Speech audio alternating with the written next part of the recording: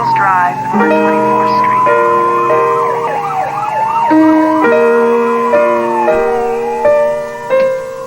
Good afternoon and welcome to the Cop Shop with FPD. I'm your host, Chief Steve Hebbe, and with me as always, the unbelievably talkative and outgoing Shanice.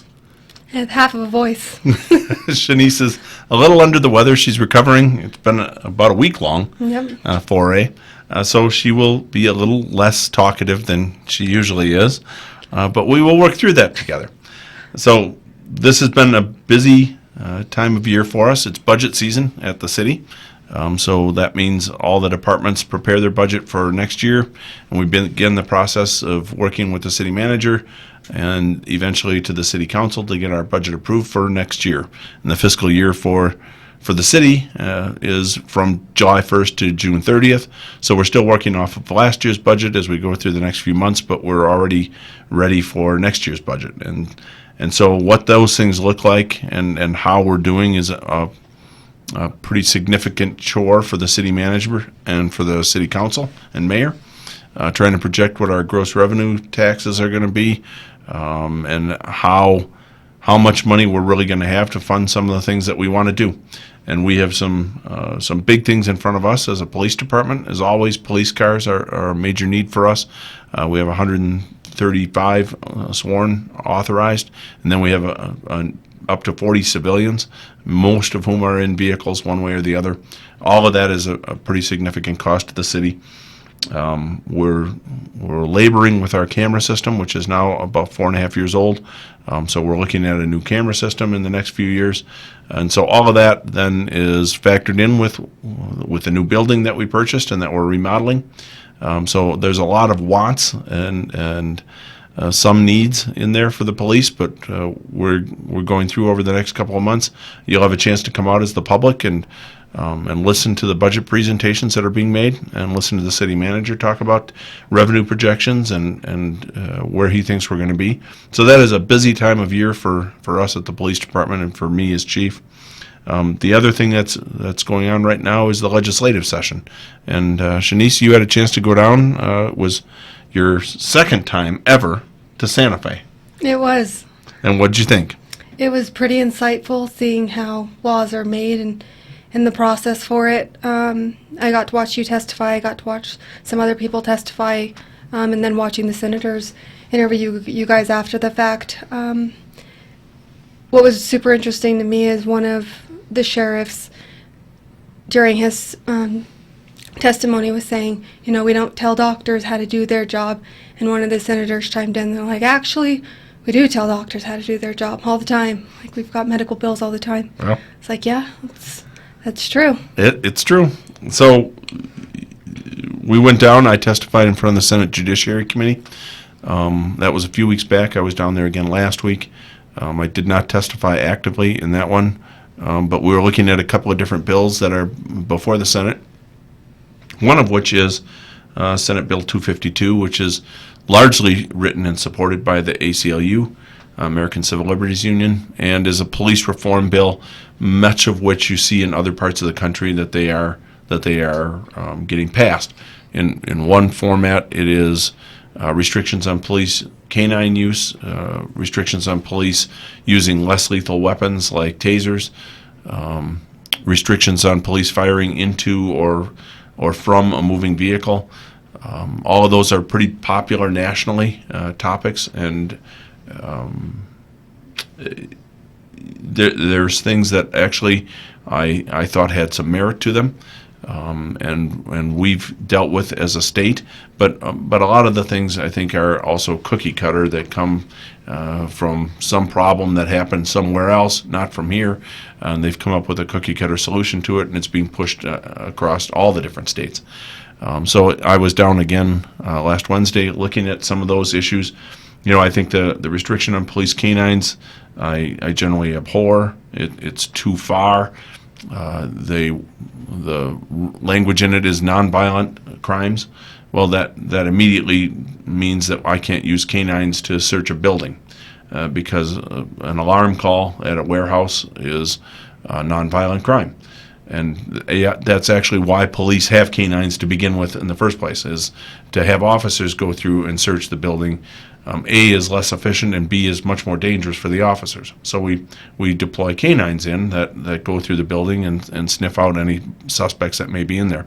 On the other hand, if the officers rolled up on a burglary and the suspects took off running, we couldn't use the canines under that law to track them because it was a nonviolent felony. So I don't think it was well written and with a clear understanding of what the police do. Some of the other restrictions, I probably don't have this big a problem with. I think that chokeholds are something that we use very restrictively across New Mexico and is banned actually at the PD unless you're in a life and death situation. That is what the law says, the proposed law. I wouldn't have a problem with that.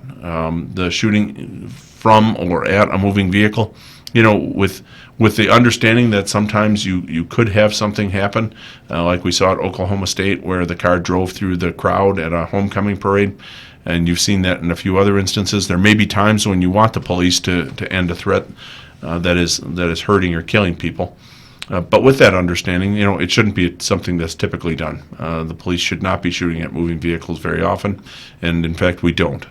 So there were parts of the bill that I didn't find all that objectionable, but there is also, disappointingly, a lack of emphasis on just the basics of how are we going to improve, whether it's policing or anything.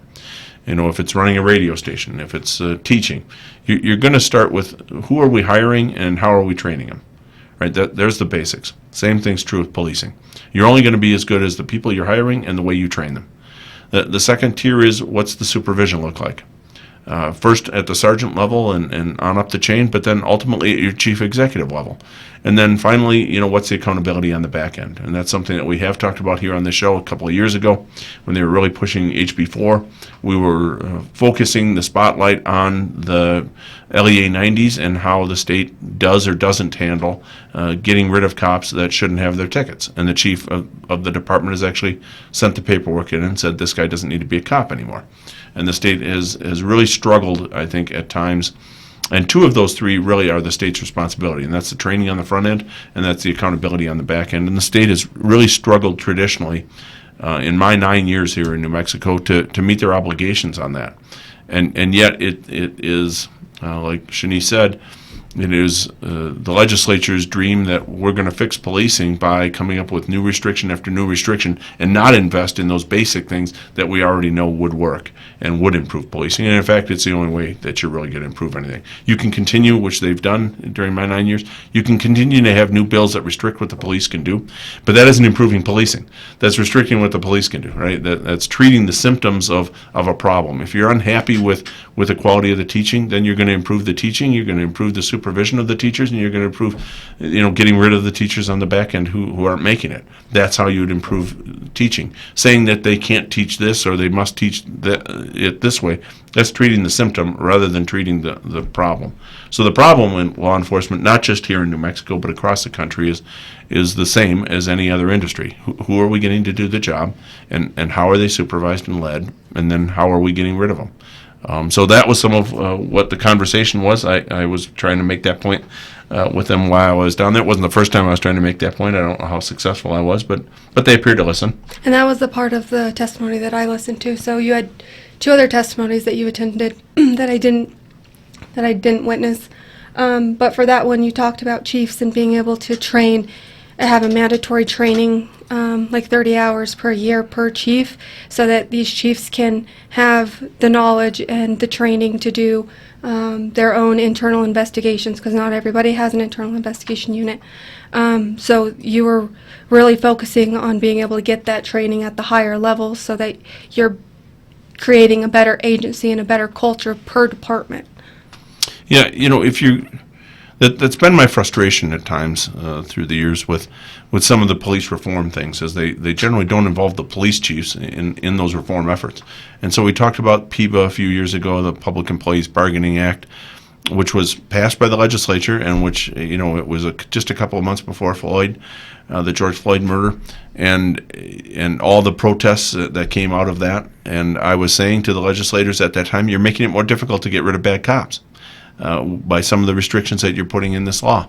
And yet it passed, and then within a couple of months, the George Floyd incident happened, and we were unhappy with how bad the chiefs are doing at getting rid of bad cops. And it just seemed painfully predictable. But at the end of the day, I think we just keep going down there and we keep trying to educate them the best we can, keep trying to have a voice. I know that I would want the doctors to have a voice in any sort of medical reformation that you're doing to improve health care. How are you going to do that? Well, let's involve the nurses and the doctors. And the same thing really should be true. If you're going to improve policing, how are you going to accomplish that? And I would hope that it would involve more law enforcement leadership. Are we having fire drills? No, no.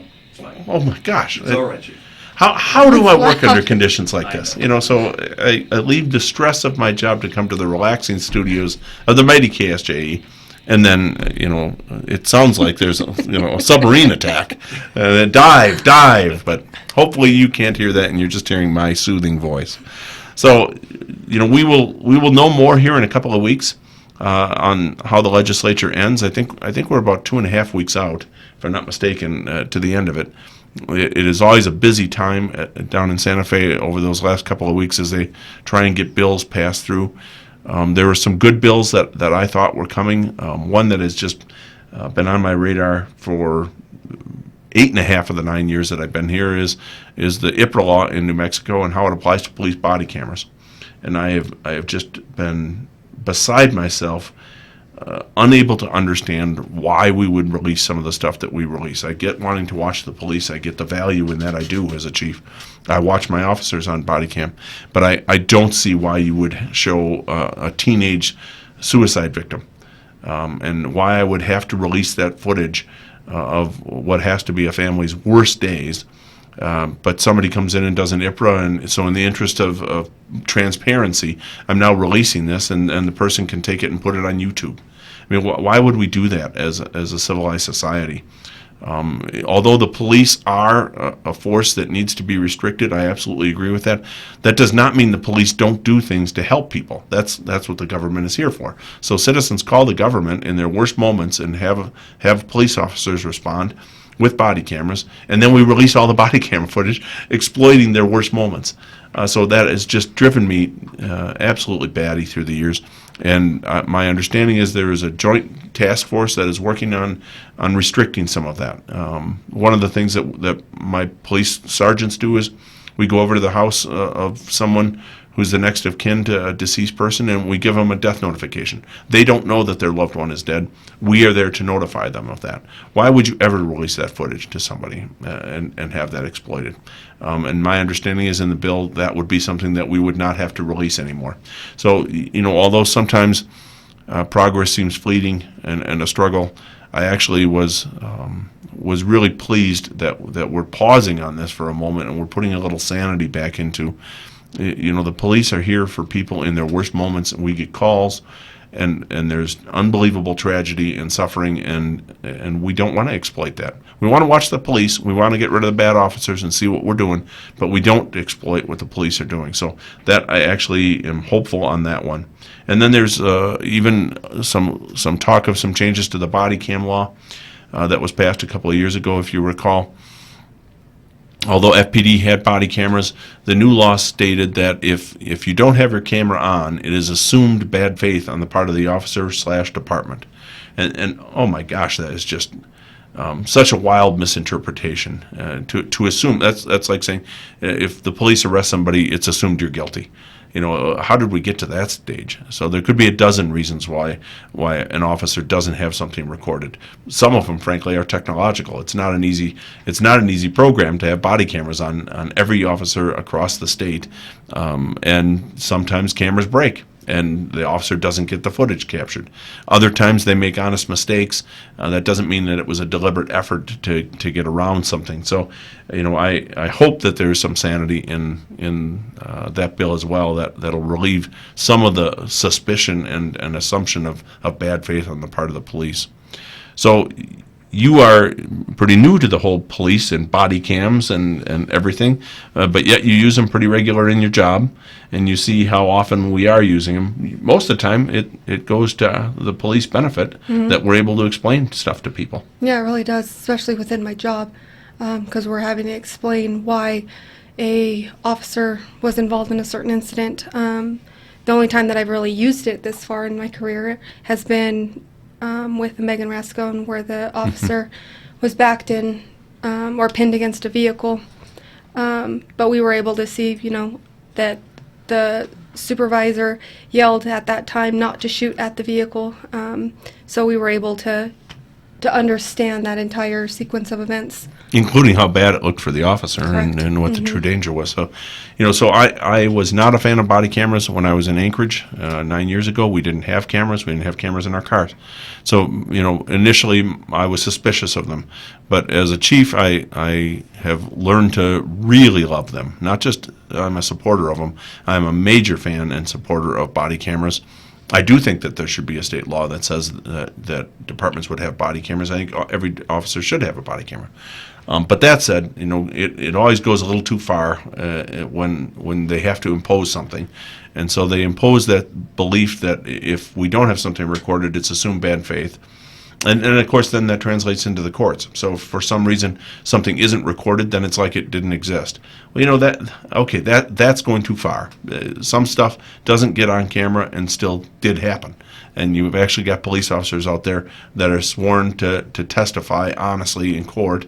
And if they're saying that it happened, then it should be up to a jury to make a decision. But honestly, we've had rulings where because it wasn't recorded, it didn't even make it to a jury. It was like it never happened. So I am a major fan of body cameras, but I am not a fan of laws that go too far. And so I'm hoping that there is some sanity coming out of some of the last couple of weeks down in Santa Fe. And it's a 60-day session, so there's been a lot of activity, but it's culminating in what looks like a fairly reasonable session, and I'm hopeful that there will be things that we can work with that will make policing in New Mexico better, but won't go too far and won't be a knee-jerk reaction.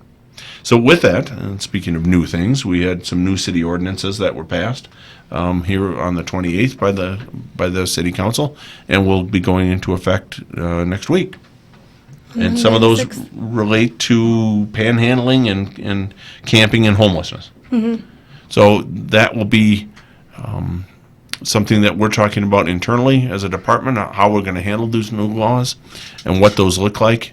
We will not come out and heavily enforce that on day one. There's going to be an education process like there would be with almost any new law that gets passed, where we will let the panhandlers be aware that there's a law that's been passed, and here's where they can go legally, and here's where they can't go.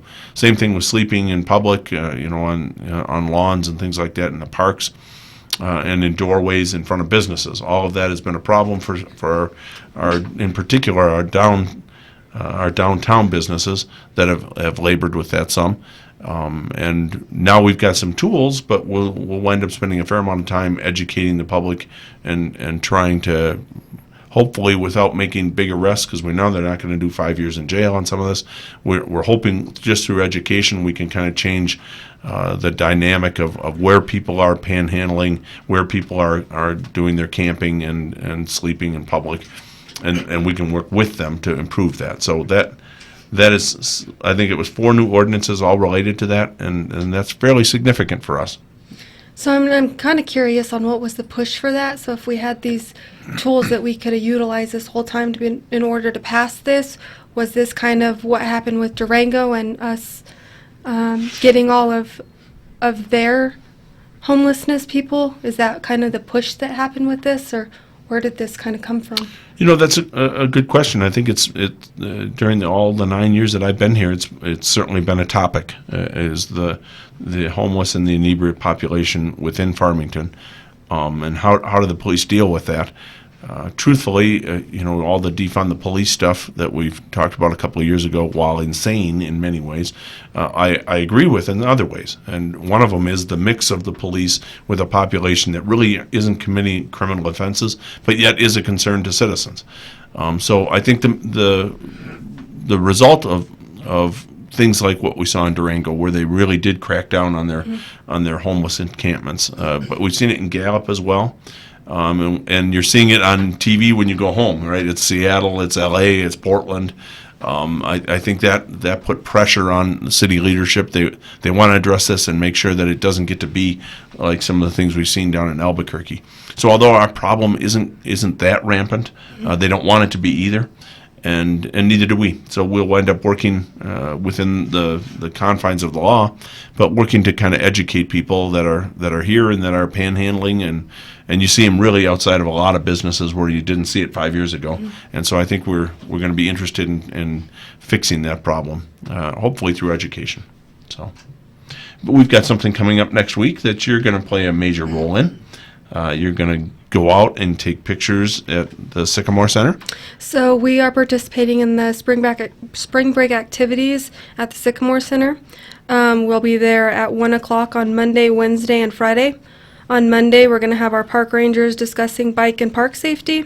On Wednesday, we're going to have our CSIs talk about crime scene analysis. And on Friday, our bomb squad will be doing a presentation. So I think they've got stuff going all week. Those are the 3 things that we're participating in. So it should be a lot of fun. Good. Come on down. And I think next year we're actually talking about a week-long class on how to be a P.I.O. with the police department. And Shanice maybe would instruct in that class, and you think you could do a 40-hour class? And all the things, education. Yes. Yeah. So we'll keep you up on that one. That's on Shanice's radar to put something like that out. But in the meantime, come on out next week, Monday, Wednesday, and Friday, and take a look at our bomb squad, take a look at our CSI, and I think I think what you'll see is some dedicated professionals that know what they're doing in a kind of a unique niche, part of the policing world, and I think you'll find it interesting. Bring the kids. Sycamore Center is a great area as well, and you'll have a chance to meet Shanice. Are you going to do an autograph session? Oh, Shanice? Possibly. We'll see. Yep. We'll look into that. All the pictures and autographs. Women with Insight is another one that we've got going on, although the class is now full. We run it a couple of times a year generally. And what do we get, 30? Do we have 30? So we have 37 in this class. 37, holy cow, that's a big class. Mm-hmm. So that is an excellent program. It's similar to the Girls with Grit. I think that the Sheriff's Office runs very similar programs. And it gives you a little, self-defense, while also B, a look inside the police department and a chance to see the department in all its different phases, while also focusing on self-defense and things you can do to keep yourself and your loved ones safe. So Women with Insight is a great program. You'll see it on our Facebook page. You should absolutely sign up. I think you'll be hard-pressed to find anybody that's gone through it that didn't love it and didn't think it was very valuable. And, finally, I guess we'll talk about football, but I'm depressed over football. Are you depressed, Shanice? No, I haven't heard anything about football in weeks. And so Shanice is, the P.I.O. training may be necessary for somebody new, because Shanice may not work out on the issue of football. I'm a Packers fan. Are you? I'm saying all other football. Oh, all right. All right. Well, that's good. So what happens with Aaron Rodgers? I heard the chuckle, Scott, and did not like it.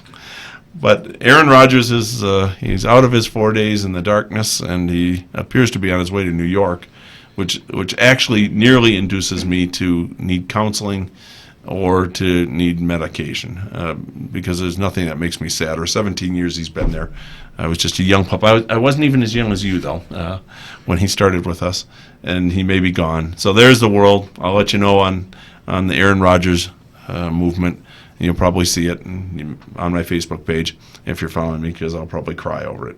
So with that as the backdrop, forget about the legislature, forget about what's going on in policing, focus on the Packers and what's going on in Aaron, and help me get through it, because I'm going to need help.